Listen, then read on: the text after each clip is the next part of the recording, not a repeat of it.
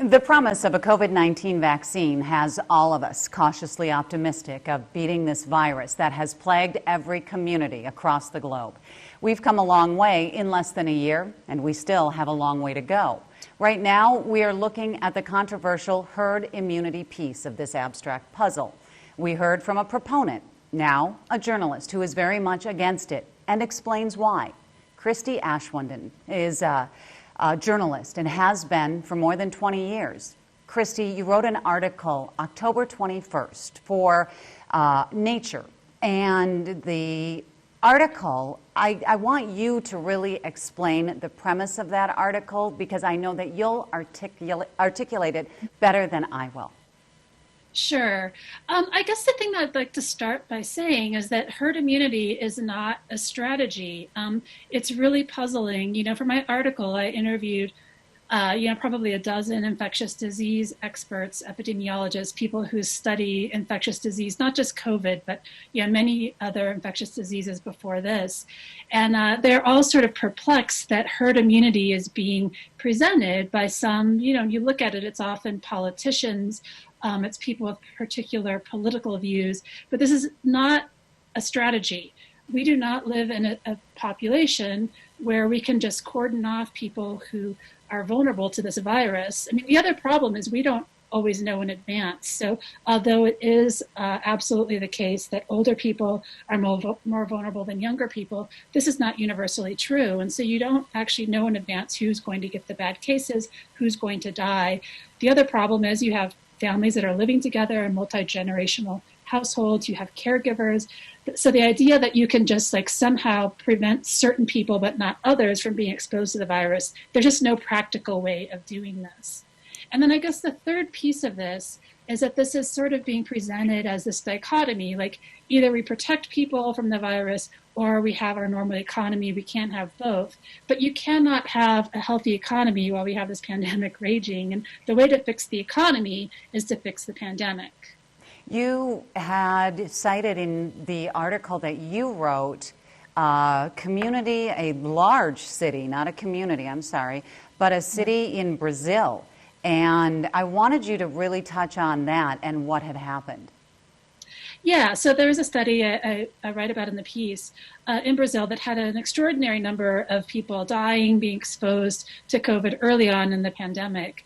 And what ended up happening was some researchers went in and they took samples from the blood bank and looked for antibodies. And what they found is that about 66% of the population that was represented in the blood bank, a very high proportion of the population had been exposed to the virus and had antibodies to the virus.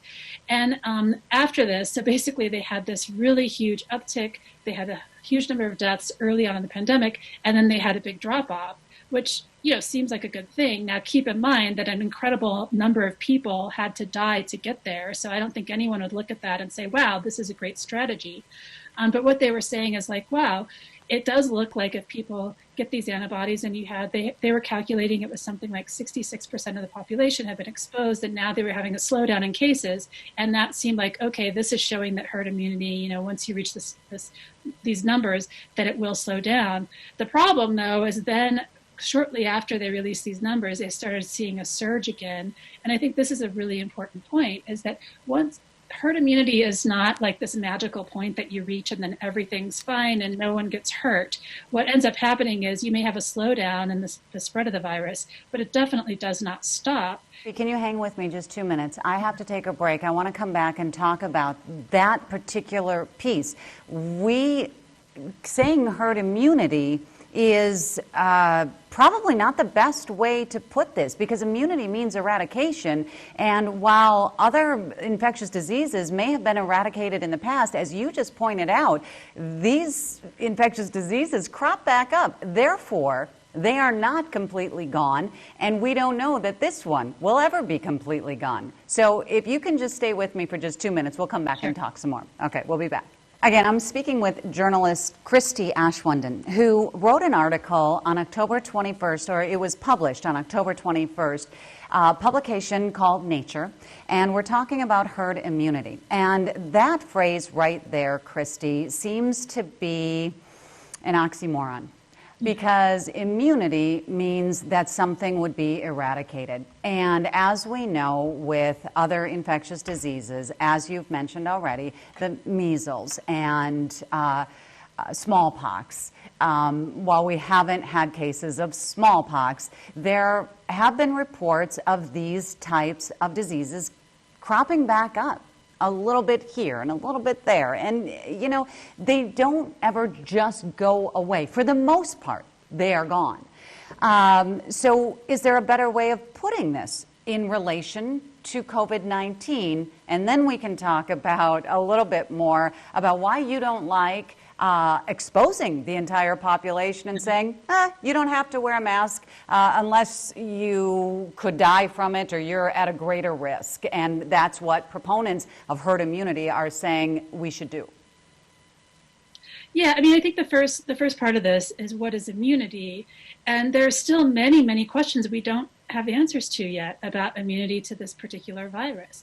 We don't know how long lasting it is. We don't know how robust it is. There have been some case reports of people being reinfected with this virus. So we can't say for sure that once you get it, you'll never get it again. Christie, I appreciate this. The next article you're working on, are you in the midst of something now? Yeah, I'm working on a story about how ski areas are trying to stay open in the midst of the pandemic. Yes, there is a lot that has been affecting businesses, that's for sure, with this pandemic. I appreciate your time, Christie, very, very much. Thank you.